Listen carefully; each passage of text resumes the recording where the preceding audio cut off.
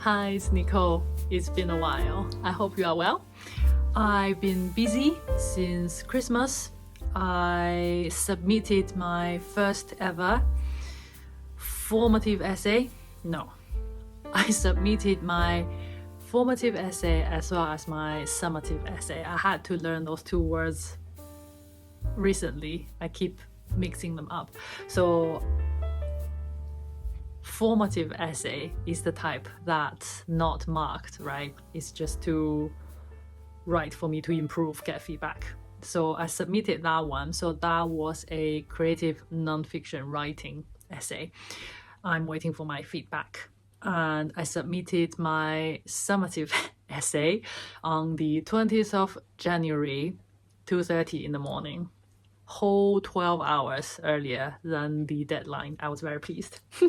So I wrote my essay. So this was the narrative transformations essay. So I wrote my essay on Sir Gawain and the Green Knight. I mentioned in a video before Christmas that I would like to write my essay on this book, and that was the topic I chose. So this was the book I chose. The essay writing process was a whole different story. I will maybe tell you next time. It was an adventure. It was an experience. My first time writing an essay after so many years.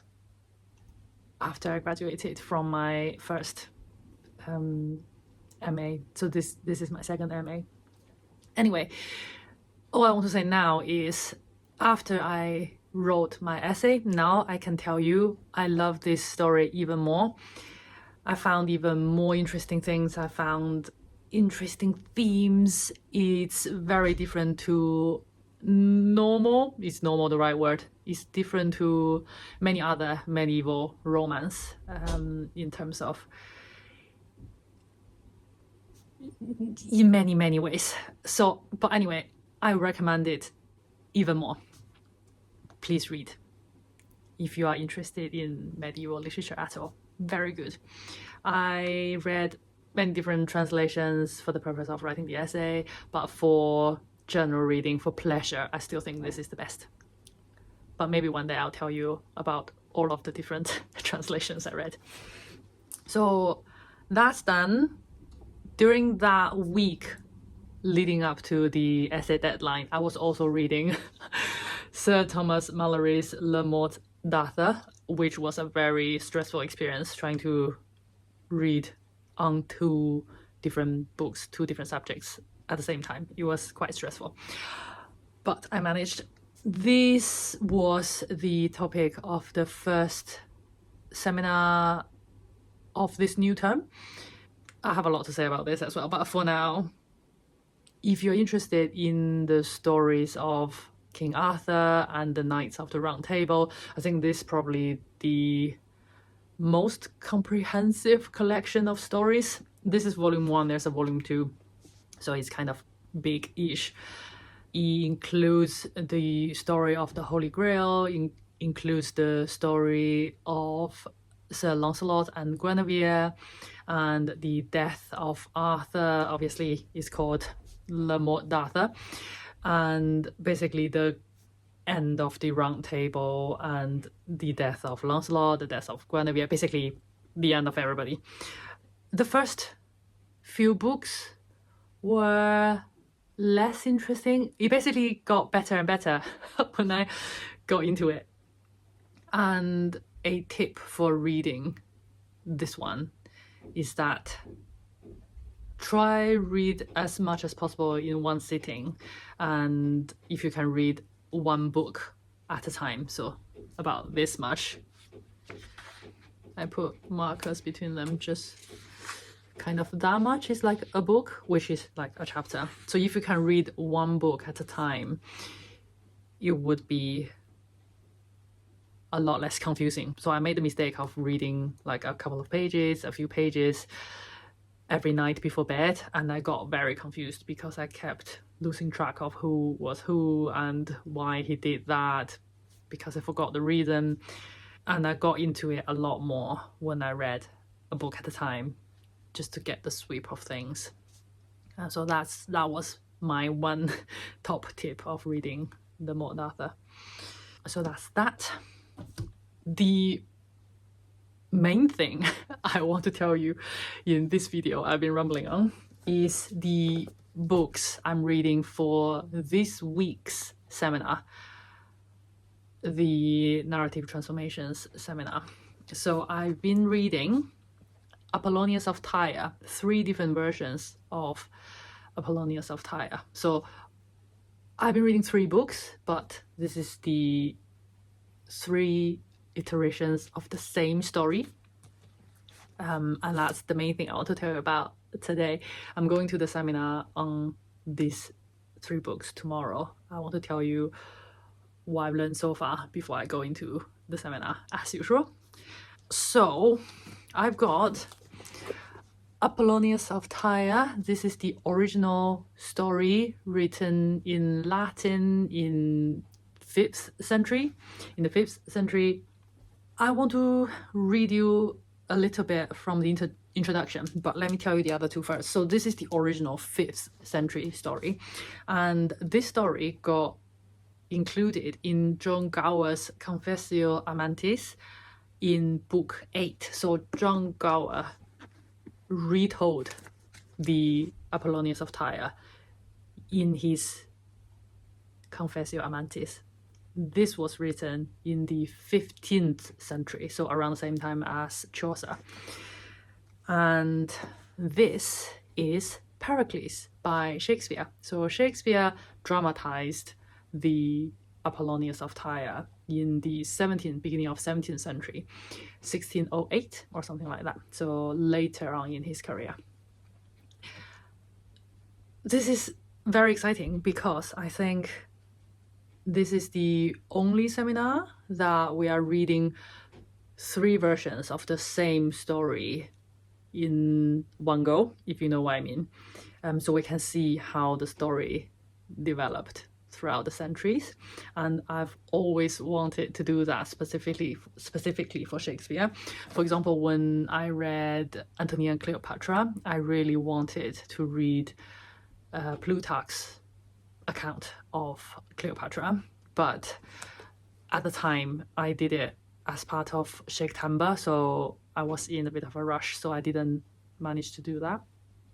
So this is the chance I'm able to do comparison kind of reading as coursework. One of the worries at the beginning of my degree, I think I shared with you, was that I didn't like being told what to read, but I was completely wrong. I love my reading list. Being told to read these 3 stories together is fantastic. I probably would have never thought of reading them together if I was not told to do so. So recommend doing a degree, why not? So yeah, if you are interested in seeing how stories are developed from the classical era to medieval period to Renaissance, this might be a good title to try. I'll just read a tiny bit from the introduction of this edition because I find it just sums it up really well, instead of me rambling. So it says, the Apollonius of Tyre is a unique example of a novel from late antiquity, which was known and enjoyed throughout the Middle Ages and into the Renaissance, and maintained unbroken popularity and an almost unchanging plot from the 5th century to the 17th and beyond. I'm very excited to compare and contrast this. So I've read all of them together. This is a prose. This is a story written in prose. So this version has the original Latin on this side and English translation on this side. There are plenty English translations, and it's quite easy to read. I always find it interesting. This is a lot older, right? Older than both of these, way older. But because it's a modern English translation, it reads very modern. It kind of confuses me. This is written in verse. in Middle English as well. So I found this the hardest, and I don't think I got the best edition. This one doesn't have many notes, so it's kind of half reading, half guessing. But it's very similar. These two are quite similar. I love playing Spot the Difference. I think the biggest differences happen in Pericles when Shakespeare dramatized it. He made it a lot more different. This really reminds me of Twelfth Night because of the shipwreck, and The Tempest and Cymbeline because they are all in the romance genre. So it's not a typical comedy or tragedy or history. It feels very similar to The Tempest and Cymbeline and The Winter's Tale. Even though I haven't read The Winter's Tale, there are some elements in there that's very similar. The death of the main characters who later on come back to life. I look forward to study more, and I look forward to hearing what others say about it tomorrow, and what the professor says about it tomorrow as well. So hopefully I will report. When I say these two are very similar and this one is a lot more different, I'm talking about the plot line. That wasn't very clear. And I also realized I haven't told you what the story is about at all. So Apollonius is the king of Tyre. At the beginning of the story, he was in Antioch pursuing the daughter of the king of Antioch. And the king gave him a riddle like he did to all the young men who wanted to marry his daughter. So he gave him a riddle, said, if you solve it, you can marry my daughter. If you can't solve it, look at all the heads on the wall. Your head will be the next. Anyway, the riddle basically revealed the dark secret of incest between the king of Antioch and his daughter. And Apollonius realized this and said, thank you very much, I don't want to marry your daughter anymore. And the king thought, oh no, he figured it out, I can't let him live. So Apollonius fled and the king chased after him. Just a disclaimer, I'm probably mixing the three stories up. They are very, very similar with small differences. If I'm telling this story with the three versions mixed together, bear with me. So Apollonius went home back to Tyre and basically thought, I can't stay at home. The king of Antioch is going to come and invade my country and to kill me. I need to leave. Pericles, which is his name, Apollonius' name in Pericles. Anyway, so he left and he arrived. The place names are very confusing, and also I can't pronounce them. Tarsus? I can't pronounce Tarsus. So Pericles ended up in Tarsus first, and that country was suffering because of a famine, so everybody was dying, and then Pericles brought food and kind of relieved them of the famine, and they loved him, and he made friends with the king and queen of Tarsus. But at the end of that scene, he received a letter from Hellenicus, which is this counselor at home, saying the king of Antioch was still trying to kill you, you are not safe there, please keep running. So Pericles left Tarsus, basically went to the sea again, and then ended up in Pentapolis in a shipwreck. Everybody's lost, just himself arrived, kind of washed on the shore. Pericles' journey kind of remind me of Odysseus a lot. He just got washed ashore everywhere. So Pericles ended up on Pentapolis and somehow met the king of that country too, and that king had a beautiful daughter, and they fell in love and they got married. To be brief, he had a good time there, and then he got another letter from Hellenicus from home saying the king and the daughter of Antioch are now dead. Feel free to come back to claim your throne again, because nobody is going to kill you anymore. And they decided to go home because the murderer was now dead. So Pericles' wife at this point was with child. They went on a ship, and there was another tempest. There was a tempest, and the queen gave birth to a daughter called Marina, because she was born in the sea, in a ship. And the queen died in the process of childbirth and this tempest.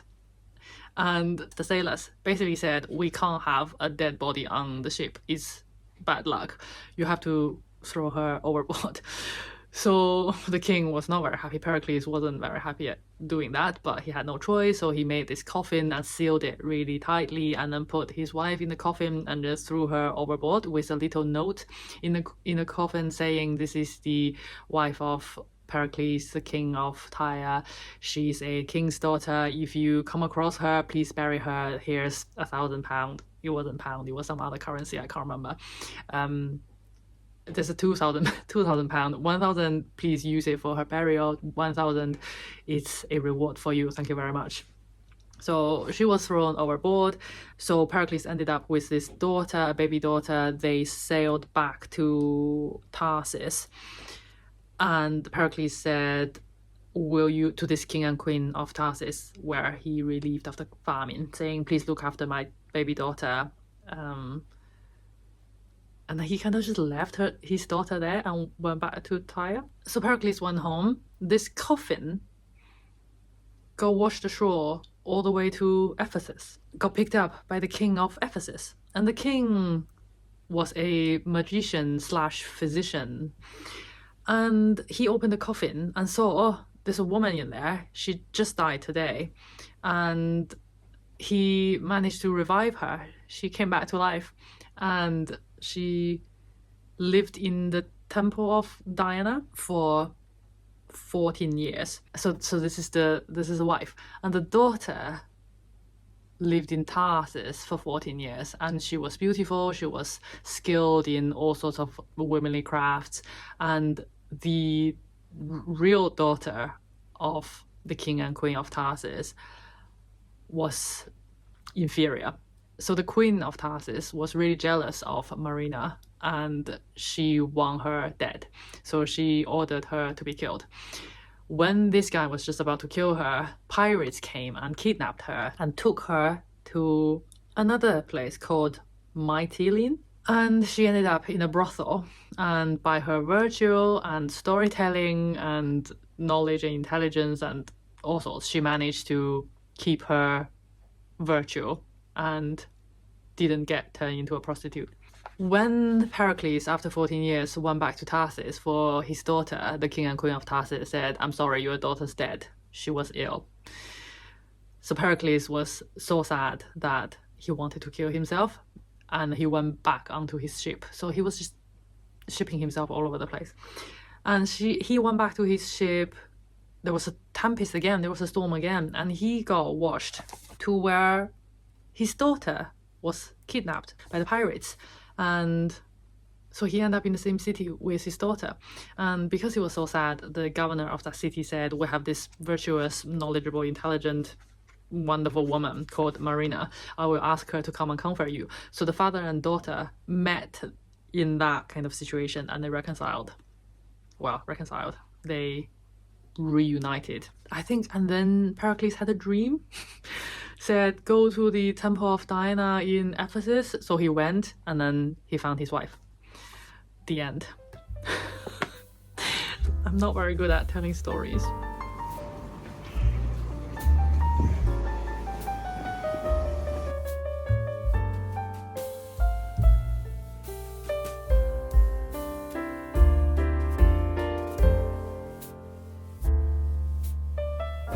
I'm in Durham.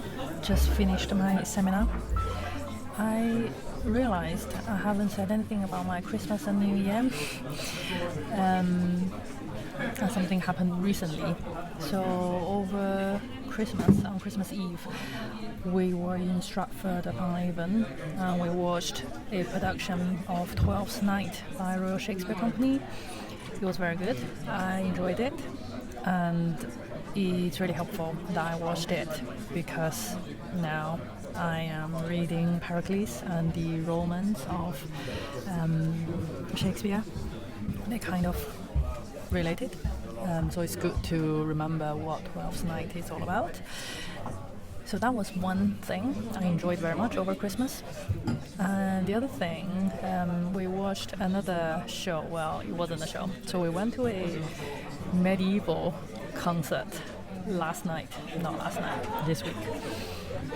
And it was my first ever experience listening to medieval music live for a long period of time for the first time. I wanted to go because I've been reading medieval literature and I wanted to know how the music would have sounded like, and that was a very interesting experience. So for the seminar, come back for Apollonius of Tyre. Just want to give you a little update before I end this video. Something interesting that came out of the seminar. One thing is the moral lessons. I always think that Shakespeare's plays are quite vague in terms of moral. If you think of King Lear, the ending is far from a simplistic good people are rewarded, bad people are punished. Obviously, King Lear and Cordelia both died at the end.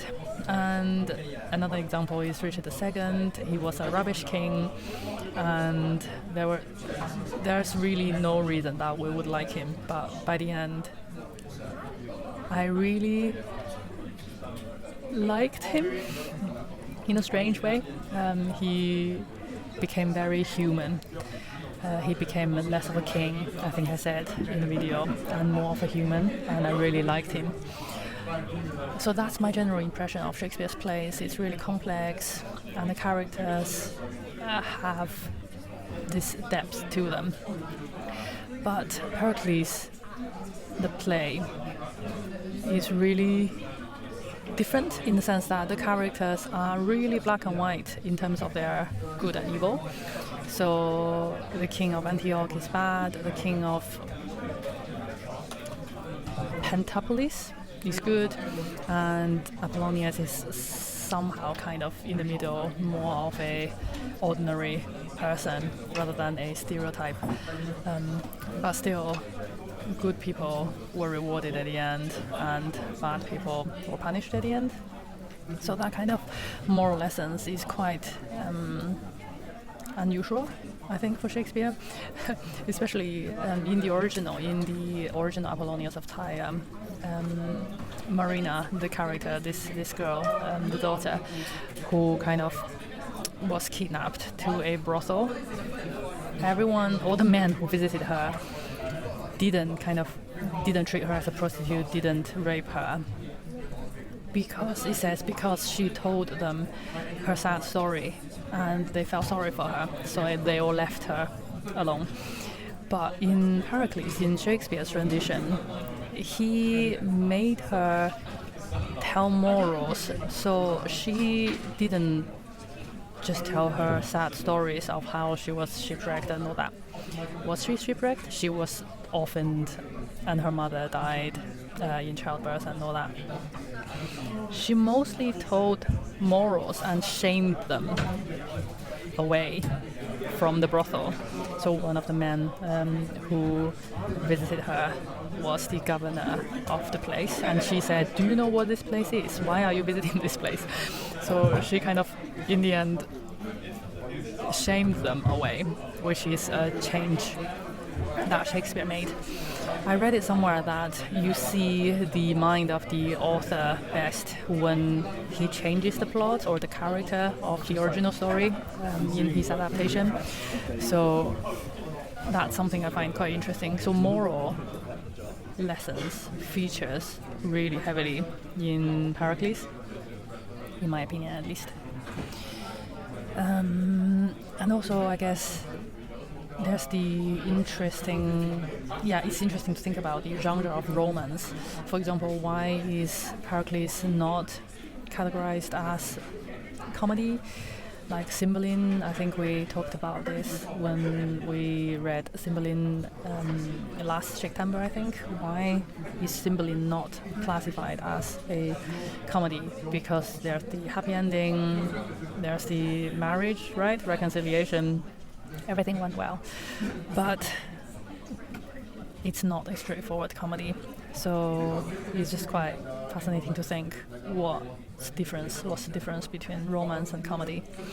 I'm actually waiting for a session with an academic help advisor. I've been sitting here for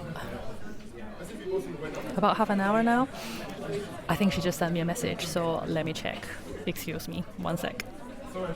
Hello, I came out of the academic help session looking at my verb tenses in the essay writing. It was helpful. She was super nice. I met her online before for some online sessions. This was the first time I met her in person.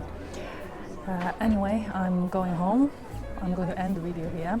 I hope you enjoyed my reading journey of Apollonius of Tyre and Pericles. It's worth reading. I think it's probably one of the lesser known Shakespeare's plays. If you've read most of the Shakespeare's plays, the famous ones, maybe Pericles should be your next one. For next transformations, for the next narrative transformations seminar, we are going to read The Fairy Queen by Spenser, so look forward to that. That's all for today. Thank you for watching. I'll see you in my next one.